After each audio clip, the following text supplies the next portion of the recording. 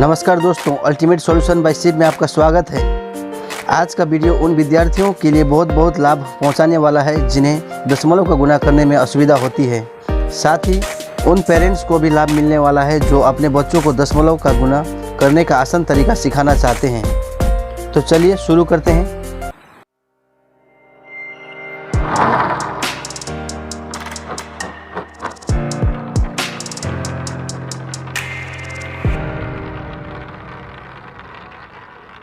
मैंने एक एग्जाम्पल लिया है, देखिए 0.6 इंटू 0.3 मतलब 0.6 को गुना करना है 0.3 से। दशमलव वाला गुना करने के लिए यहाँ पे एक ट्रिक, यदि आप उस ट्रिक को यदि समझ जाते हैं तो ये दशमलव वाला गुना आपके बाएं हाथ का खेल हो जाएगा। देखिए उस ट्रिक को मैं समझाने की कोशिश करता हूँ, उसे देखिए किस प्रकार का वो ट्रिक है। तो सबसे पहले एक नंबर काम क्या करना है कि जब आप दशमलव वाला गुना करने जाते हैं तो उस सबसे पहले आप दशमलव को भूल जाइए। दशमलव को भूल जाइए कहने का मतलब है ये जो 0.6 है वो दशमलव को भूल करके क्या लिखिए, 6 लिखिए। थोड़ी देर के लिए दशमलव को भूल जाइए और ये 0.3 के लिए केवल 3 लिखिए। अब देखिए तो ये 6 हुआ, 6 इंटू 3, 6 को 3 से मल्टीप्लाई करने पर कितना होगा, 6 3 जा 18, 6 तिया 18 हो गया, 6 तिया 18 हो गया। अब देखिए दशमलव के बाद में कितना नंबर है, एक नंबर है। यहाँ भी दशमलव के बाद में कितना नंबर है, एक नंबर है। तो टोटल 2 नंबर हुआ। टोटल कितना नंबर हुआ, 2 नंबर हुआ। दशमलव के बाद में एक नंबर है पहले वाली संख्या में और दूसरी वाली संख्या में दशमलव के बाद में एक नंबर हुए। तो टोटल 2 नंबर पकड़ना पड़ेगा। तो जब यहाँ पे ये गुणनफल में जब हम लोग दशमलव लगाने की कोशिश करते हैं तो काउंट इधर से करेंगे, काउंट इधर से करेंगे, 1 2 करके दशमलव यहाँ लगाएंगे। क्यों दो नंबर के बाद में क्यों दशमलव लगाए, क्योंकि यहाँ पे पहले वाली संख्या में दशमलव के बाद में एक नंबर है और दूसरी वाली संख्या में दशमलव के बाद में एक नंबर है। तो टोटल 2 नंबर हुआ, इसी कारण 1 2 करके यहाँ पे दशमलव लगाएंगे।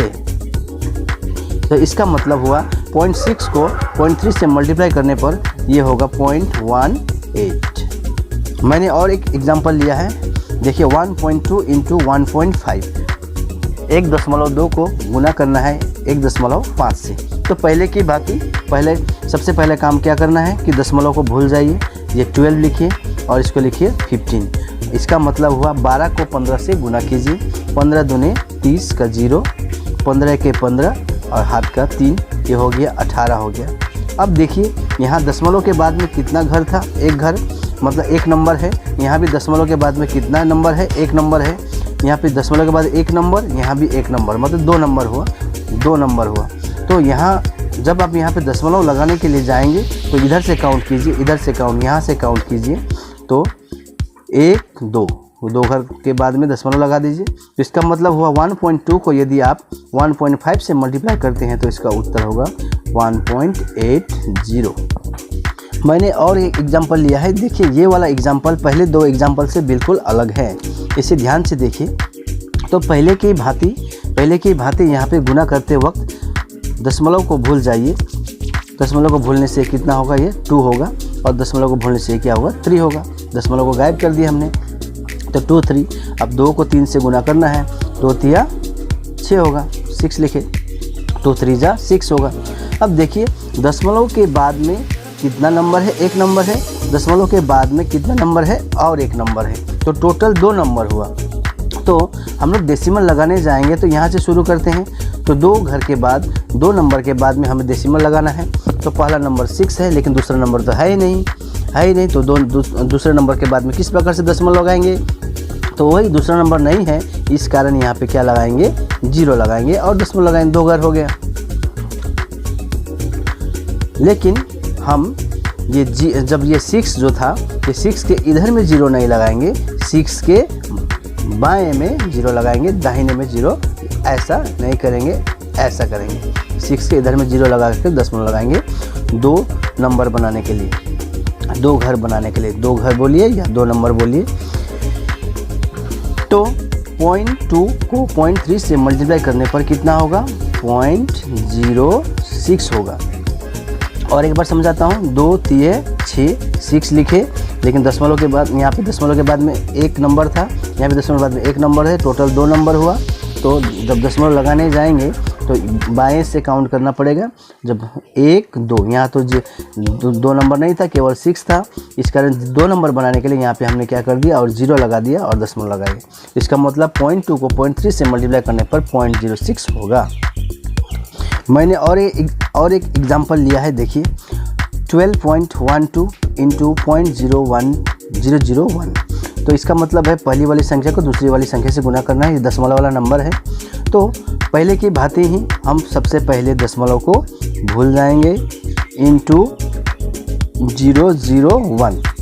तो 1 के बाईं ओर 001 रहने पर, 1 के बाएं में 00 रहने पर इसका मतलब ये 1 ही है। इसका मतलब 1212 इंटू 1, 12 इंटू 1। अब देखिए ये 001 था, उसके लिए मैंने 1 लिखा। अब इसका मतलब हुआ 1212 को यदि 1 से गुना करते हैं तो ये 1212 ही होगा। हाँ, 1212 को यदि मैं 1 से गुना करता हूँ तो ये उतना का उतना ही रहेगा, वो 1212 ही रहेगा।